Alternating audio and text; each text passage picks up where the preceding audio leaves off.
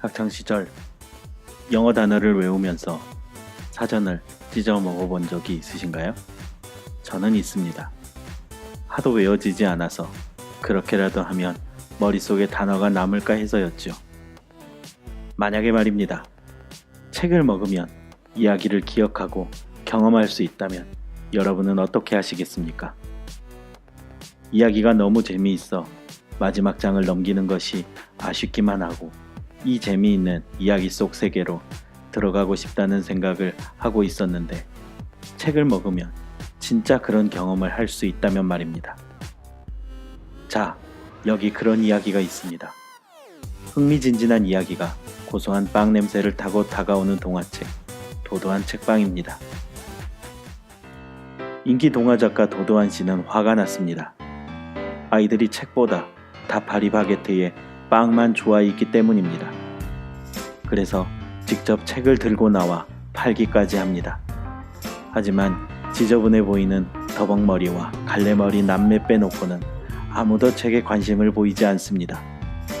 다파리 바게트의 화려한 장식과 맛있는 빵 냄새에 도도한 작가는 힘이 빠집니다. 그날 밤 낙심해 있는 도도한 작가에게 머리를 닭벼슬처럼 세운 벼슬생쥐가 찾아옵니다. 사람처럼 말을 하는 벼슬생쥐는 도도한 작가가 쓰던 원고를 보며 맛있는 이야기라고 말합니다. 그리고 이야기로 맛있는 책빵을 만드는 비법을 전수해 주기로 합니다. 벼슬생쥐는 도도한 작가에게 책빵을 만드는 3가지 원칙을 말해줍니다. 첫째, 책 반죽은 12시에 시작할 것. 둘째, 주인공의 이야기를 주문 노래로 만들어 부를 것. 셋째, 벼슬생쥐 닮은 아이에게 책빵을 공짜로 줄 것.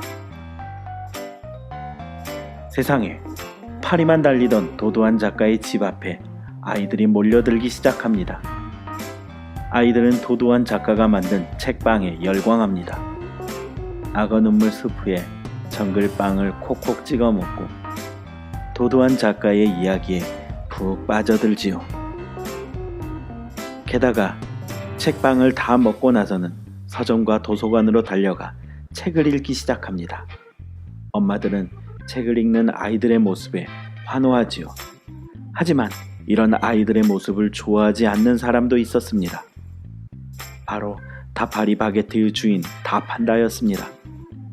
그렇게 아이들이 다시 책을 사랑하고 도도한 작가의 이야기에 빠져들던 어느 날 느닷없이 경찰이 찾아옵니다. 도도한 책방의 빵이 불량식품이라는 다판다의 신고 때문이었습니다. 결국 도도한 책방은 영업정지를 당하게 되고 도도한 작가는 또다시 깊은 실망에 빠지게 됩니다.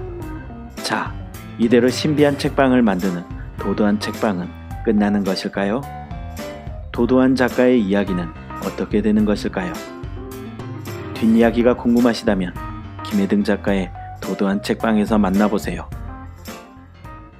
작가가 작가 되게 하는 것은 사실 언제나 독자입니다. 책을 읽어주고 이야기를 소중하게 기억해주는 사람들이 있어서, 읽어주는 사람들이 있어서 작가입니다.